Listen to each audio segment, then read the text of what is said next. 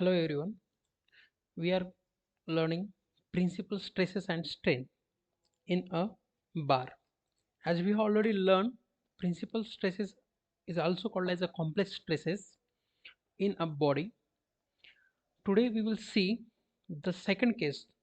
In previous video we have learned when a body is acted of a single force along x direction, and due to that force what are the different type of stresses have generated inside the body, that is normal stress and tangential stress on particular plane we have analyzed, and that plane we have taken at some angle, and after that we observed what is principal stresses. Principal stresses is nothing but where the shear stress is zero, not negligible, it is equal to zero. That plane is called as a principal plane. So today we are going to see the second case in principal stresses and stress, that is when the body is acting two forces, when two forces are act on a single body. So we will see when the forces are acting along x and along y direction, then what are the different type of normal stress it will generate, tangential stress, how it will generate, how we will get the resultant stress, and from that we will find the maximum shear stress and location of principal plane. As we are learning the stress, so this stress phenomena is defined with three quantities. So that quantity is nothing but first one is a magnitude, second one is a direction, as we have already learned in first unit, and third is nothing but it's a position. So in this chapter we are going to identify the magnitude, direction and position. So that position of principal plane is very important, because if you observe, if I say 100 Newton per mm square stress, but it doesn't make any sense regarding the direction. So if I consider this particular body, let's say this is one body, and this stress is acting, but whether it is a tensile or compressive, it will show you the direction. So if I consider a direction like this, so this stress it will be defined partially, as this stress is having magnitude 100 Newton per mm square and direction is axially pull type. So two quantity we can identify it for the stress, however it is not again completely defined. Now where is the position? Position is, it is normal to this particular plane. Now if I consider this body, let's say A, B, C and D, then if you observe the position of this particular stress is acting over here. So can I consider this as a principal stress? Yes, when the shear stress it is equal to the 0. So whatever the tangential stresses are there, that must be equal to 0 for getting the principal stress. This normal stress we can obtain when there is a shear stress is 0, then that normal stress is also called as a principal stress, and this particular plane, so plane BC is called as a principal plane. So in bar if you observe there are n number of planes are there, so we need to identify what are the principal planes. If there is a shear stress, then it is not called as a principal plane. So as we learn over here, discuss over here, to define the quantity stress we require magnitude, its direction and position. So from this example you may clear that what is actually stress and how it should define. Now in today's discussion, yesterday we learned this type of case and we have evaluated the normal stress and tangential stress. Now when there is a shear stress, we already learned how to get maximum tangential stress, how to get maximum normal stress. So in previous lecture we obtained the different equation. So from this for this particular case I will recall the equation, that is sigma n, that will be the maximum, it will be equal to sigma x, that is stress acting along the x direction, and tangential stress, maximum tangential stress, if I want to evaluate, then it will be equal to sigma x divided by 2. So if you want to evaluate maximum normal stress, then it is equal to sigma x, and if you want to evaluate maximum shear stress or tangential stress, then that will be equal to sigma x divided by 2. And equation was sigma n equal to sigma x into cos square theta, and sigma t equal to sigma x divided by 2 into sine of 2 theta. So this was the first case for our point of discussion. Now we are going to see when two forces or two stresses acting on a single body. So let's say this is body, and if one stress is acting along x direction, let's consider this as a x direction, sigma x, and if another force is acting along the y direction. Now at that time we must we must identify the location of principal stress and magnitude of principal stress. So today we will see this discussion. Now what are the different practical applications? All cylinders, if you observe the oxygen cylinder or gas cylinder, then or petrol tank, in that if you observe, let's consider one cylinder.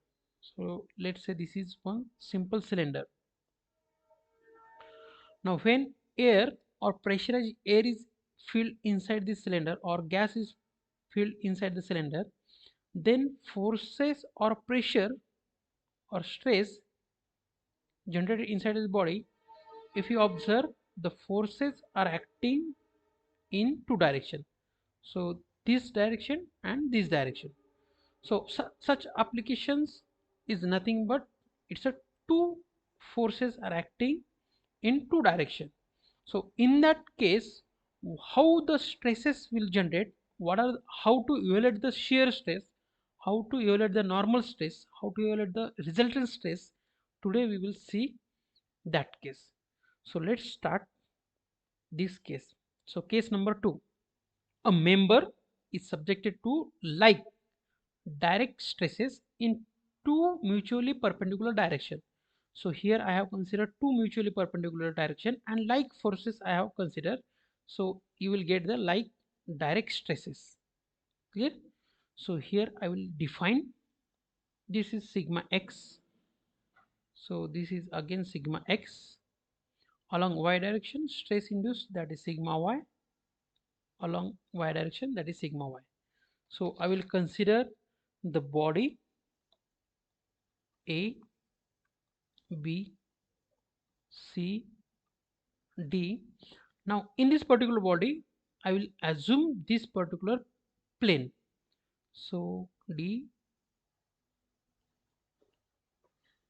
E. Now if you observe, I will assume this angle from BC, that is normal plane.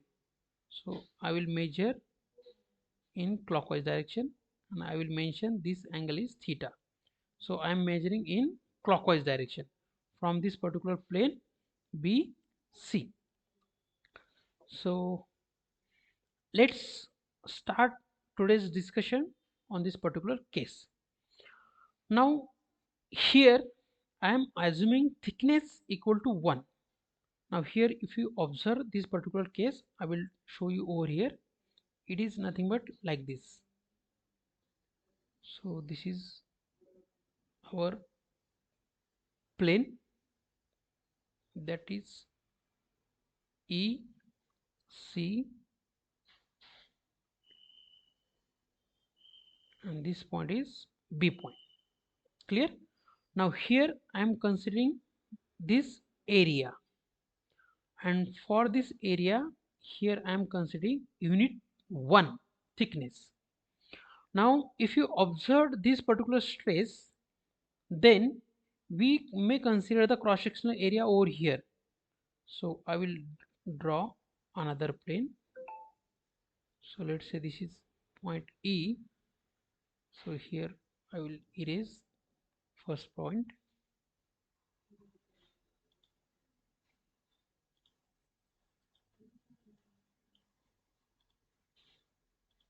Okay, so here I will consider the EF point. Okay, so if I consider the stress sigma x, then if you observe the forces on this particular direction, then that force, so let's understand one by one what are the different types of forces are acting on the plane BC or plane EF. So let's start. The tensile force on face BC, or you can say EF, then that will be Px equal to sigma x into BC into 1. So if you observe the cross sectional area, then over here if you observe this one, so this one is nothing but this thickness.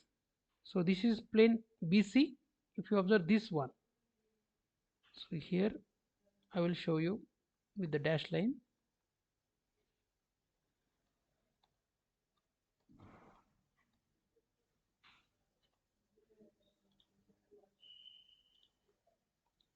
Now if you observe this plane,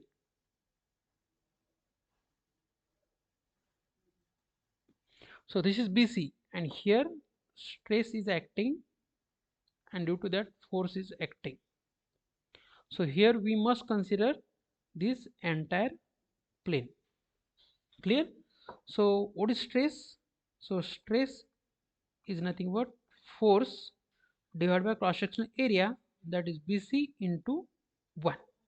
So from this equation we get tensile force on face BC, that will be Px equal to sigma x into BC into 1. So here I will erase this as it's very easy.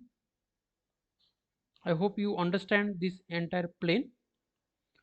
Now likewise if you observe, there is another stress, so that is sigma y, and due to sigma y another force it will create.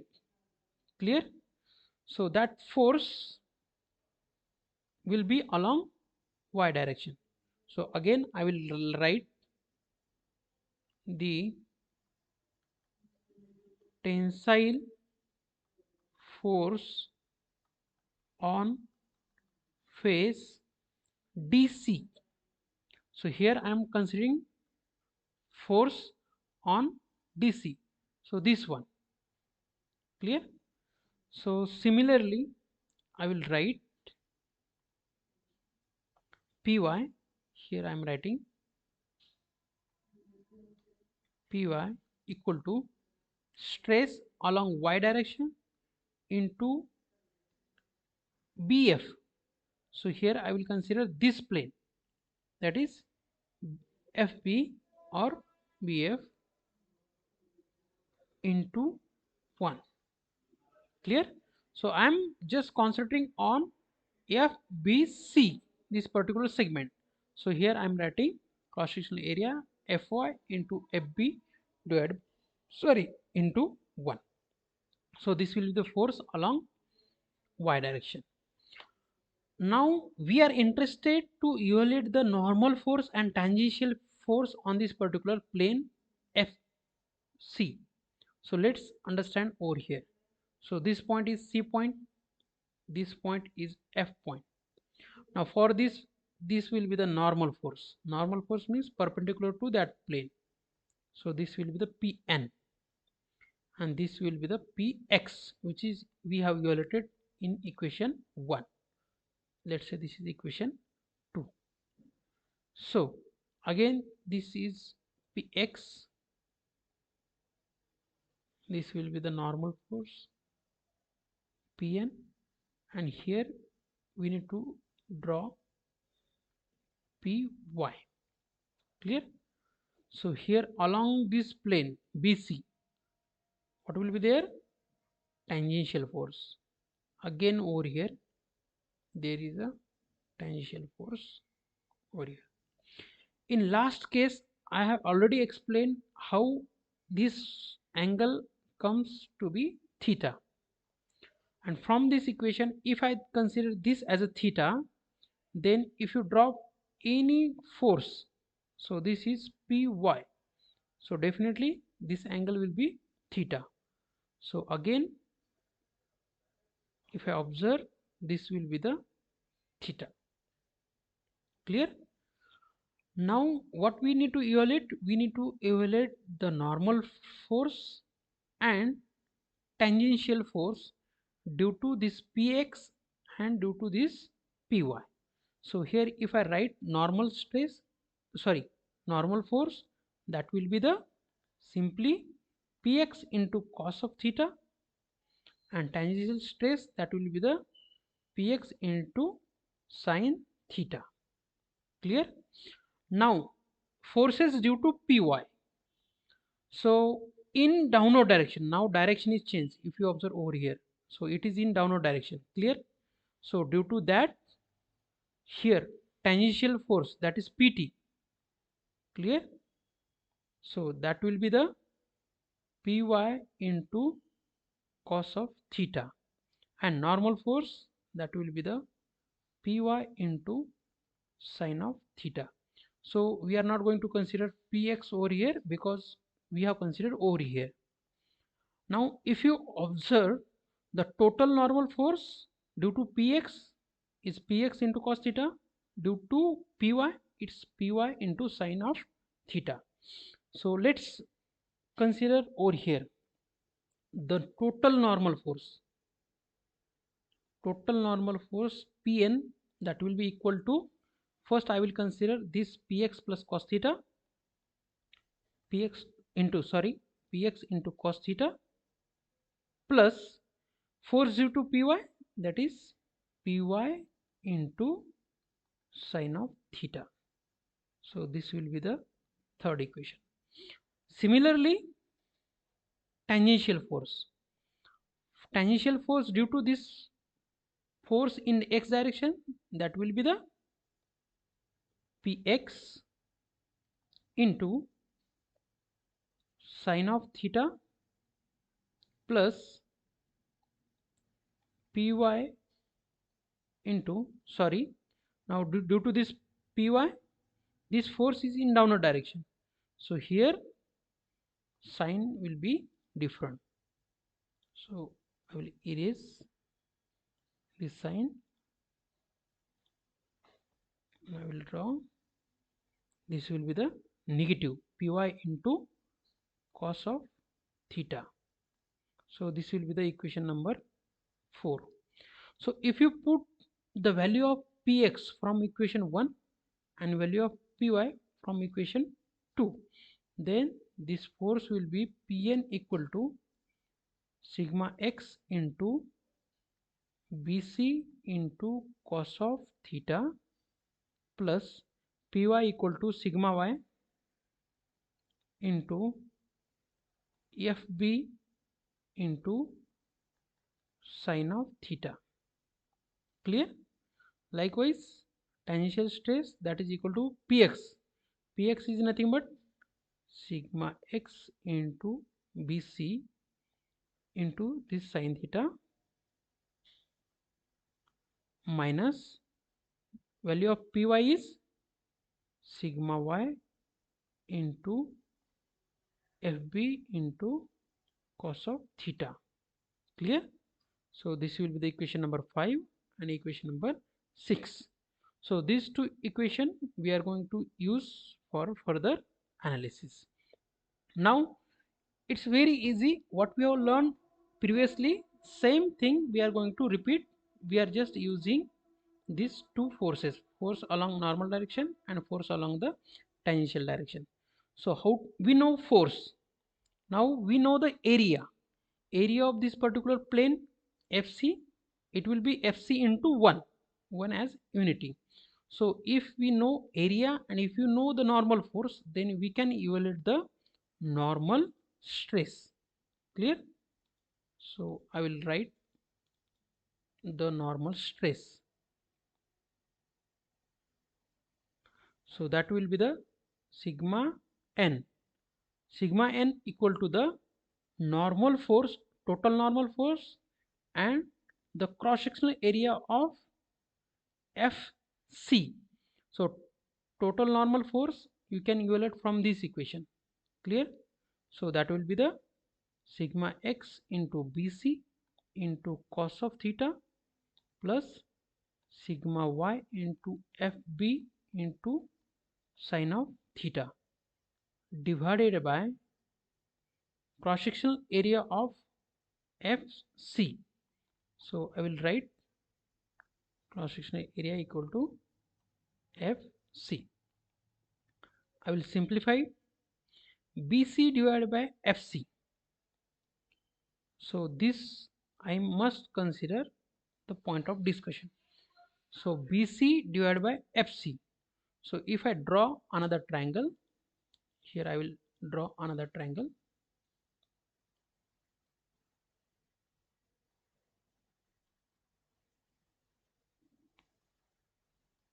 So this is F, this is theta, this is C and B.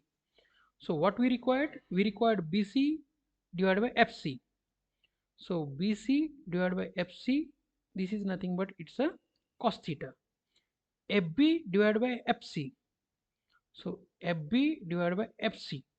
So as this is 90 degree, so sin theta equal to FB divided by FC. So from this equation, I will rewrite this normal stress equation. That will be sigma x into BC divided by FC. So this particular force BC divided by FC. So from this BC divided by FC, this will be the cos theta. So here I will write cos theta into cos of theta plus sigma y. Now for this FB divided by FC, FB divided by FC, that will be the sin theta. So here I will write sin theta into sin of theta. So same equation we can get over here, that is sigma n equal to sigma x into cos square theta plus sigma y into sin square theta. If you put the value of cos square theta and sin square theta, then we get, so cos square theta, it will be equal to 1 plus cos of 2 theta divided by 2, and sin square theta equal to 1 minus cos of 2 theta divided by 2. So I will rewrite this equation, that is sigma x into 1 plus cos of 2 theta divided by 2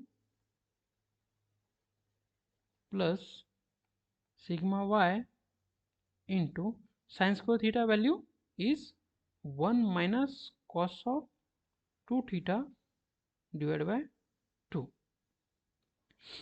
Just multiply sigma x over here, then I will get sigma x, now this divided by 2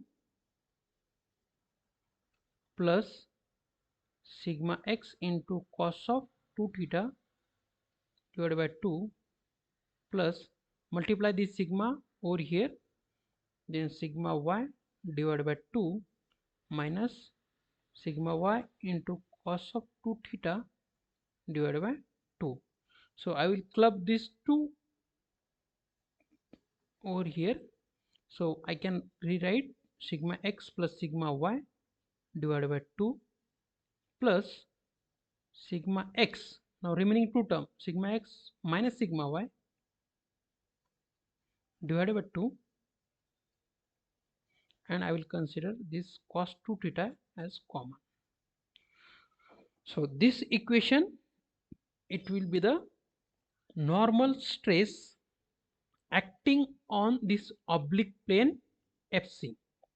Likewise, we will evaluate the tangential stress acting on that oblique plane. So here I will write the tangential stress. So how to evaluate tangential stress? Again, similar formula, that is sigma t equal to the total force acting along tangential direction divided by cross sectional area of oblique plane. Sorry. So this is tangential stress. I will rewrite over here. So from equation 6 I can write sigma x into bc into sine of theta minus sigma y into fb into cos of theta divided by cross sectional area of fc. So this will remain same, fc into 1. So here I will rewrite this equation, that is sigma x into bc divided by fc into sine of theta minus sigma y into fb divided by fc into cos of theta. I will draw this diagram over here to get the idea about the angle. So if I draw same diagram over here, I will draw over here. So this is fc,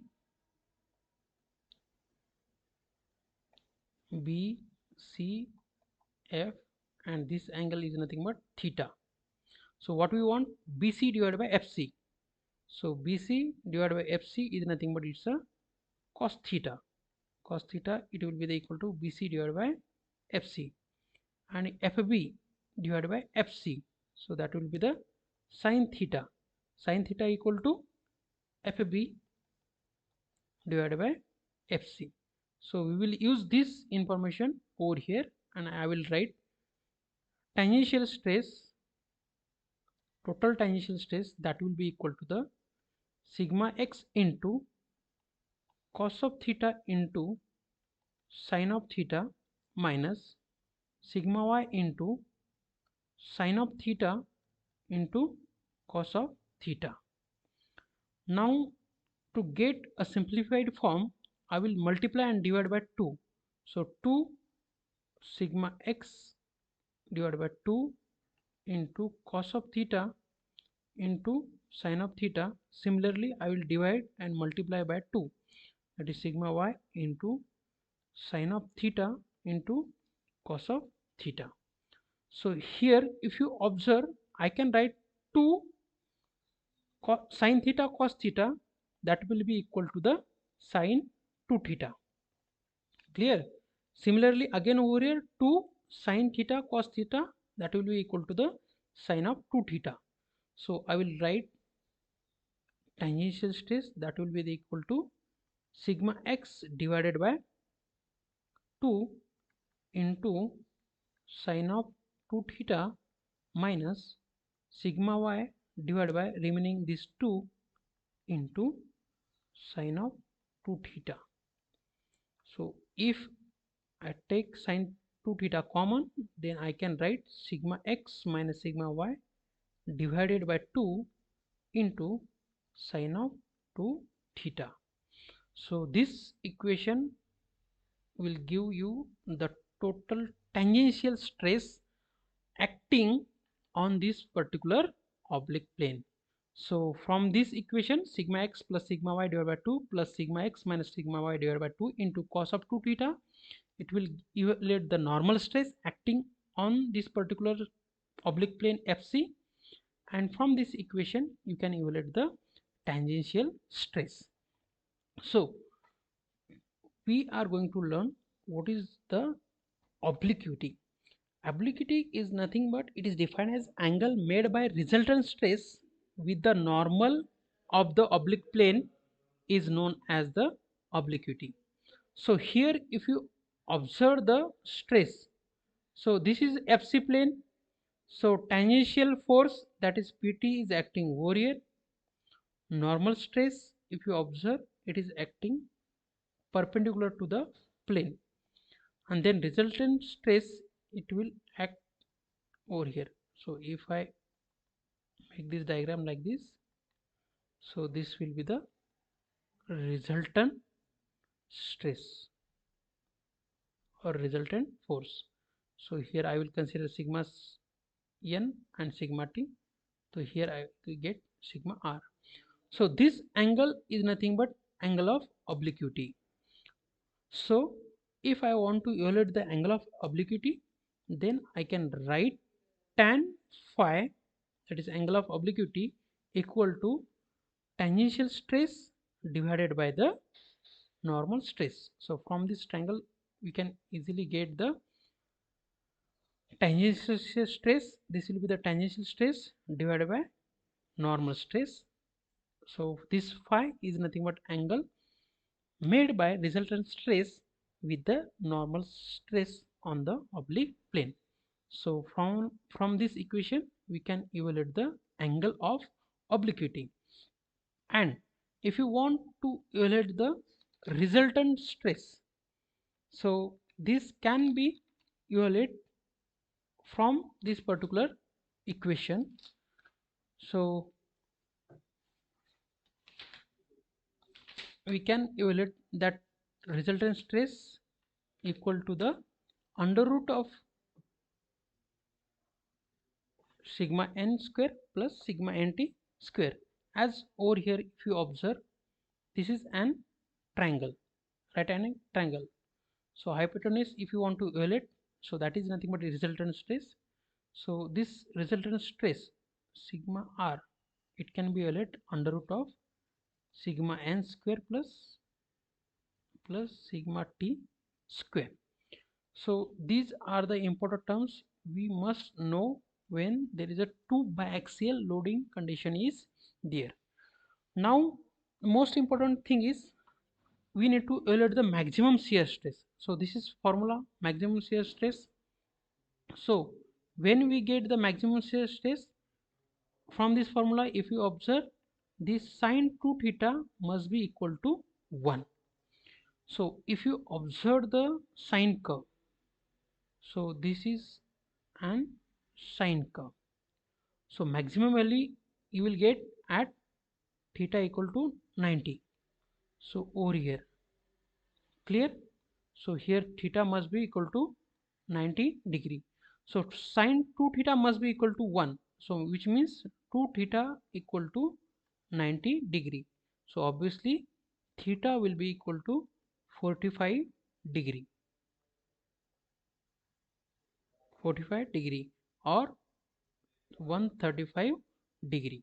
So at this particular plane if you observe, you will get the maximum shear stress, and the value for maximum shear stress that will be equal to sigma t equal to sigma x minus sigma y divided by 2, as this sine 2 theta equal to 1.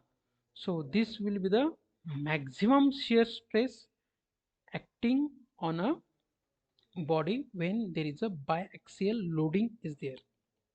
Now if you want to locate the 45 degree, then we must consider this theta angle. Which one? This theta angle must be 45 degree, at 45 degree. So here I will draw the plane. So if this angle is 45 degree, then at this 45 degree angle plane we get the maximum shear stress, or when this angle is equal to 135 degree. So if I draw plane over here, so parallel to that if I draw plane over here, that plane which is at 135 degree, So this plane, it will give you the maximum principal stress. Clear? But we are interested in maximum principal stress, not maximum shear stress. So here these two plane, this 45 degree and this plane, here we get the maximum shear stress. Clear? Maximum shear stress. Now when we get the maximum principal stress, when there is a zero or zero shear stress. So when this equation will become 0, when sine 2 theta equal to 0. So from this sine curve, if you observe sine 0, so when theta equal to 0 or sine 2 theta equal to 0, this entire equation, it will be equal to 0, and you will get shear stress, sorry, yes, shear stress equal to 0. So at this condition we will get the normal stress, and that normal stress, it will be the principal stress. So if I ask you location of principal plane, in that case we must consider theta equal to 0 or theta equal to 90 degree. So if you put 90 degree over here, then it will become sine 180. So if you observe sine 180, it is again 0. So when theta equal to 0 and sine theta equal to 90 degree, so at that time we can get the normal stress. There will be no shear stress, and that will be the principal stress. So let's check it from our equation as we have evaluated over here. So this is our normal stress. Clear? So I will rewrite this formula over here. Normal stress will be sigma n, it will be sigma x plus sigma y divided by 2 plus sigma x minus sigma y divided by 2 into cos of 2 theta. Clear? Now here don't confuse, in this normal stress formula there is a cos theta. However, what we required, when will this will become principal stress, when the shear stress will be equal to 0. That's why we have considered over here sine curve. Why? In the formula of shear stress there is a sine 2 theta. Clear? So at location 0, shear stress will be 0. So this condition will achieve when theta equal to 0 or theta equal to 90 degree. So if you put theta equal to 0, then what will be there?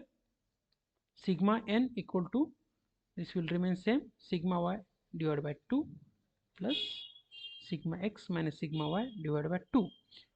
Cos of 0. So if you observe the cos curve, then we can get the cos curve like this. So at cos 0, it will be the 1 into 1. So if you simplify this equation, then this will be the sigma x divided by 2 plus sigma y divided by 2. Again if you simplify it, sigma x divided by 2 minus sigma y divided by 2. So sigma y divided by 2, sigma y divided by 2, it will get cancelled. Then sigma n equal to 2 sigma x divided by 2. Again this 2 it will get cancelled. Then sigma n equal to the sigma x. Clear? So let's check it when theta equal to 0. So if you come to this diagram, so we have considered this oblique plane. When this theta it will become 0, then definitely on this particular plane only sigma x is acting. So in equation also we are getting sigma n equal to sigma x. Clear? Now let's check it another position, that is theta equal to the 90 degree. So from this equation I will rewrite over here, sigma n it will be equal to sigma x plus sigma y divided by 2 plus sigma x minus sigma y divided by 2 into cos of 2 theta, means cos 180. Cos 180 if you observe, it is minus 1. Clear? So if you simplify, sigma x divided by 2 plus sigma y divided by 2. So minus 1 plus sigma x, that will be the minus sigma x divided by 2, minus minus it will get plus sigma y divided by 2. So here we will cancel sigma x divided by 2 and sigma x divided by 2. So I will get 2 into sigma y divided by 2. So again 2 it will get cancelled. Then sigma n, it will be equal to the sigma y. So this is nothing but principal stress, because these are the two principal stresses are there. Clear? Why? Because at this angle shear stress is 0. So we can consider it as a principal stresses. Let's check theta equal to 90 degree. So here if you consider this plane, we are measuring in clockwise direction. So if you observe this plane, then this plane will become DC. On this DC, sigma y is acting. So sigma y and sigma x, these are the principal stresses, and location is this plane DC and plane BC. Is that clear to everyone? Now there are two stresses are there. When if the magnitude of sigma x is greater than sigma y, then sigma x is known as a major principal stress and this sigma y is known as a minor principal stress. I hope you understand the concept of principal stress and plane, stress and plane on this particular object when it is subjected to biaxial loading. Now let's understand two equation to get the simplified answers. So just I will read the problem statement. The stresses at a point in a bar are 200. So I will draw this diagram. Bar 200, tensile. So this is a tensile stress acting on this particular plane, that is sigma x. It is acting and the value of sigma x is 200 Newton per mm square, and sigma y, it is equal to 100 Newton per mm square. So I will consider minus over here. Clear? So there will be compressive stress will be there, as I have considered minus, so I will show over here like this. As we have derived for two like forces and these are the two unlike forces, however I will consider minus in equation as I have taken the minus sign. So what they are asking? They are asking for the resultant stress in magnitude and direction. So as we learn, what is formula for resultant stress? Resultant stress, it will be equal to sigma n square plus sigma t square. And what is the direction of plane? That will be the angle of obliquity, that is tan phi equal to the sigma t divided by sigma n. Now what is given? Inclination 60 degree to the axis of major stress. So I will assume sigma x is major principal stress. So this will be the axis. Clear? So this will be the axis. The plane inclined 60 degree to axis. So if I draw any plane, then this angle is 60 degree. So in derivation we have considered this angle. So this angle was at the time we have considered. Clear? Now what is given? It is given 60 over here. So how to get this theta? I will simplify it over here. So if I consider this is an axis, so this angle is 60. We want theta and this angle is obviously 90 degree. So what will be the theta?